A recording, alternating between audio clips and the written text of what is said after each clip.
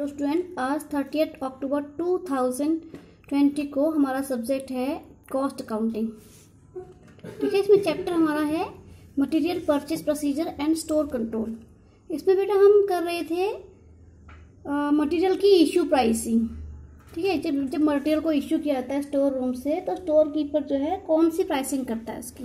तो हमने इसमें फीफो मेथड कर लिया, लीफो मेथड कर लिया, अब हम एवरेज कॉस्ट मेथड कर रहे हैं।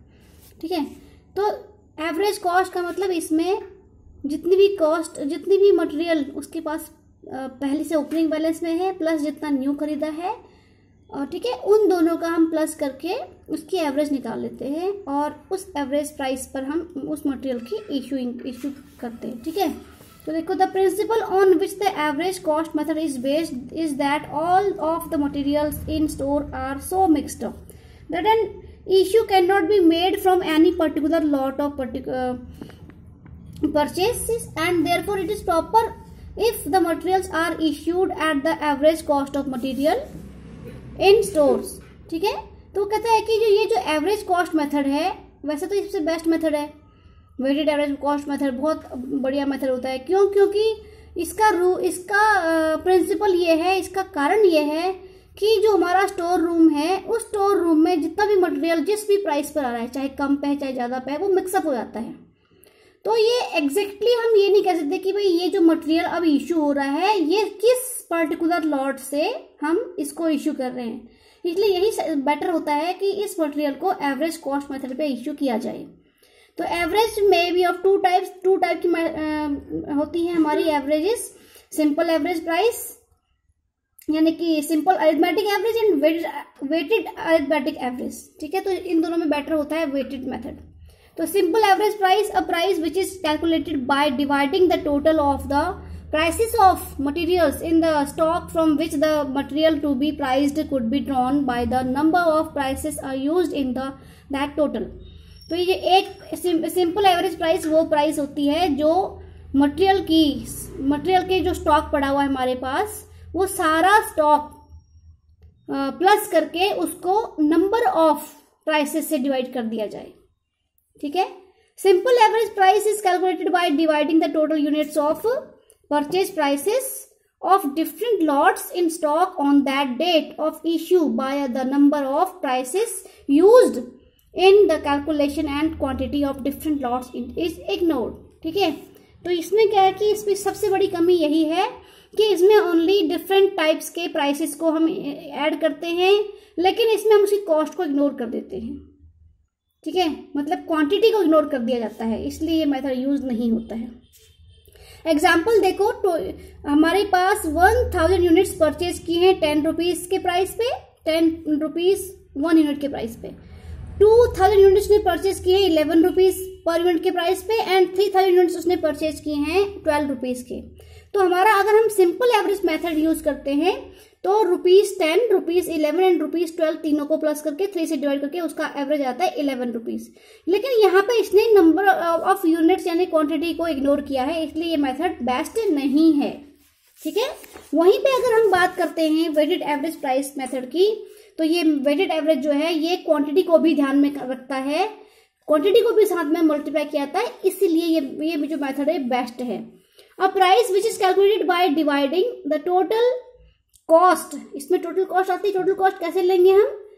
जितना भी यूनिट्स हैं मल्टीप्लाई उसकी प्राइस से मल्टीप्लाई कर देंगे उसको, तब हम इनको प्लस करेंगे। ठीक है, तो the weighted average price takes into account the price and quantity of the material in store. Store room में जितना भी क्वांटिटी पड़ा हुआ है मल्टीप्लाई उसका प्राइस, दोनों को हम लेंगे। इन द अबव एग्जाम्पल, इसी एग्जाम्पल को अगर हम लेते हैं तो 1000 यूनिट्स मल्टीप्लाई 10, क्योंकि 10 उसका प्राइस था, plus 2000 units multiply 11 plus 3000 units multiply 12, इन सब को हम प्लस कर देंगे और इसकी क्वांटिटी से हम डिवाइड करेंगे। क्वांटिटी है 1000 प्लस 2000 प्लस 3000, और इसको डिवाइड करके जो प्राइस आएगी वो 11 रुपीज 33 प्राइस पे आएगी। तो it is better to issue the material at weighted average price method because it recovers the cost price of the material from production. तो प्रोडक्शन से ये मटेरियल की टोटल कॉस्ट प्राइस को रिकवर कर लेता है। In the above example the total purchase price of the material in stock is 68,000 and the charge to job और work order is also ₹68,000। तो दोनों ही इक्वल आ रहे हैं। कॉस्ट भी उसकी जो मटेरियल की प्राइस है, कॉस्ट है स्टॉक की, वो 68,000 है और हम उसको चार्ज भी 68,000 पर ही कर रहे हैं। अगर हम सिंपल एवरेज से लेते हैं तो 11 रुपीज के हिसाब से उसका जो है कॉस्ट कम चार्ज होगी, यानी कि अंडर एब्जॉर्प्शन हो जाएगा। तो in periods of heavy fluctuations in the prices of material, the average cost price method gives better result because it tends to smooth and out fluctuation in prices by taking the average of prices of various lots of stock। तो कहता है कि ये जो suitability है इस method की, कहाँ पे है सुटेबिलिटी, कि जब मार्केट्स में जो हमारे मटेरियल के प्राइसेस हैं वो हैवीली फ्लक्चुएट हो रहे हो, बार बार फ्लक्चुएट हो रहे हो, बार बार ज़्यादा कम अमाउंट से ये जो है फ्लक्चुएट हो रहे हो, चेंज हो रहे हो।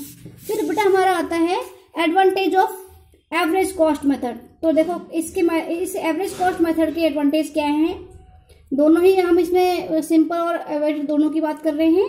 तो फर्स्ट क्या है, दिस मेथड इज रेशनल।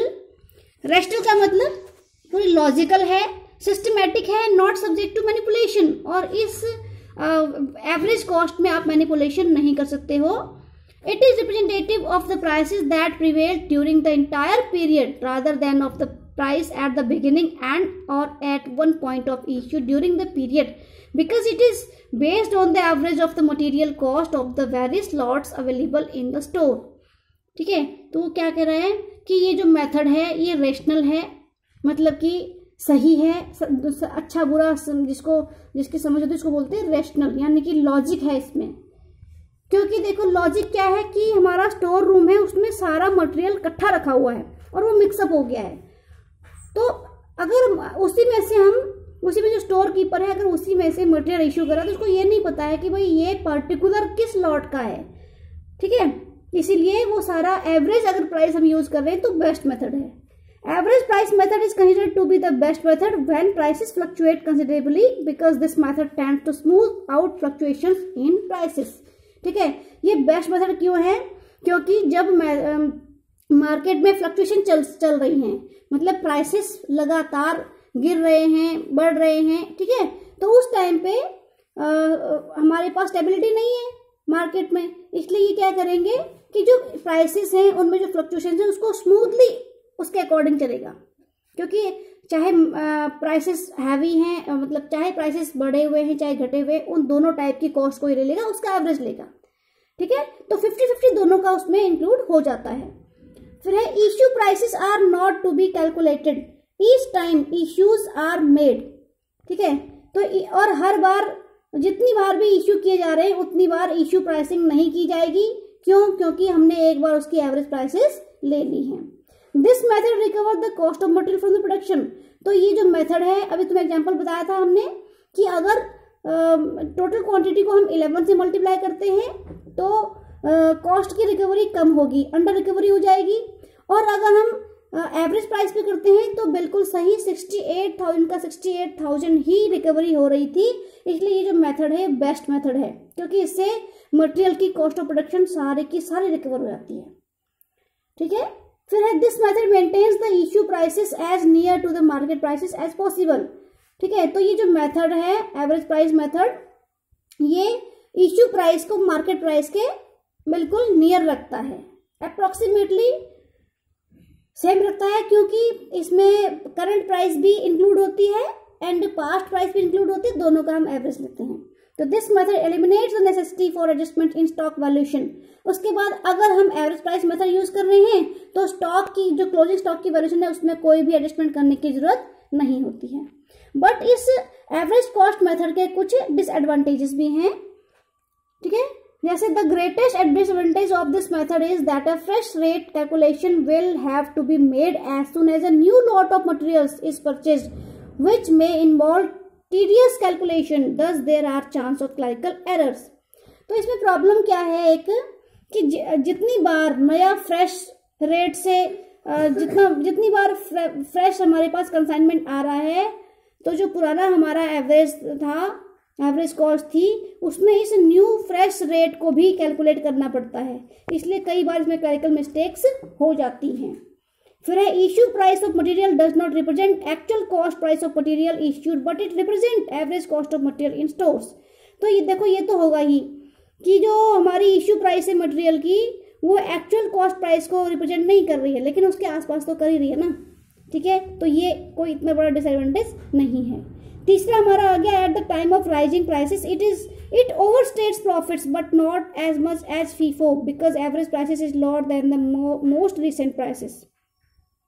ठीक है, तो ये कहता है जब मार्केट में राइजिंग प्राइसेस हो रहे हैं तो उस टाइम पे अगर हम फीफो मेथड यूज करते हैं तो प्रॉफिट हमारा ओवरस्टेट हो जाएगा, ठीक है, बहुत ज्यादा ओवरस्टेट हो जाता है। लेकिन अगर हम एवरेज प्राइस यूज करते हैं तो ओवरस्टेट तो होगा लेकिन उतना नहीं होगा, इसीलिए राइजिंग प्राइसेस के टाइम पे लिफो मेथड बेस्ट रहता है। लेकिन अगर हम एवरेज प्राइस भी यूज करते हैं तो ओवरस्टेट प्रॉफिट तो होगा लेकिन उतना नहीं होगा जितना फीफो से होता है।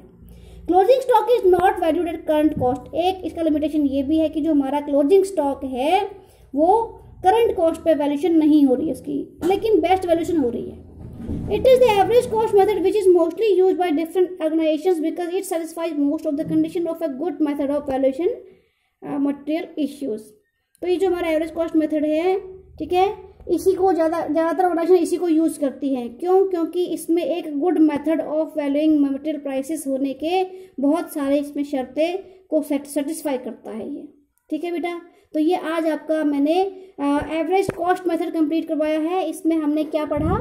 इसमें हमने पढ़ा एक तो सिंपल एवरेज प्राइस, दूसरा पढ़ा वेटेड एवरेज प्राइस, और इस एवरेज प्राइस के हमने कॉस्ट मेथड के हमने इसमें एडवांटेज पढ़े, डिसएडवांटेज पढ़े। और सबसे बड़ी बात यह है कि दोनों में बेस्ट मेथड कौन सा है? वेटेड एवरेज, क्योंकि वो क्वांटिटी को भी एंड प्राइसेस को भी, ठीक है, दोनों को ही ये कंसिडर करता है, इसलिए ये बेस्ट मेथड है। तो कल मैं आपको इस जो दोनों मेथड है यानी कि सिंपल एवरेज मेथड और वेटेड एवरेज मेथड दोनों के मैं आपको क्या कराने वाली हूँ? न्यूमेरिकल्स कराने वाली हूँ, ठीक है, इलस्ट्रेशन कराने वाली हूँ। फिर आपको ये एक हमारा कंप्लीट क्वेश्चन है बेटा, एक बहुत कंप्लीट क्वेश्चन है और ये 10 नंबर का क्वेश्चन आता ही आता है। एक लिफो फिफो कर लेना, एक ये एवरेज प्राइस मेथड, बस इस चैप्टर में से हमने इतना ही करना है। इसी में आपको 10 मार्क्स कंप्लीट हो जाएंगे आपके, ठीक है। बाकी कल की वीडियो में बताती हूँ आपको।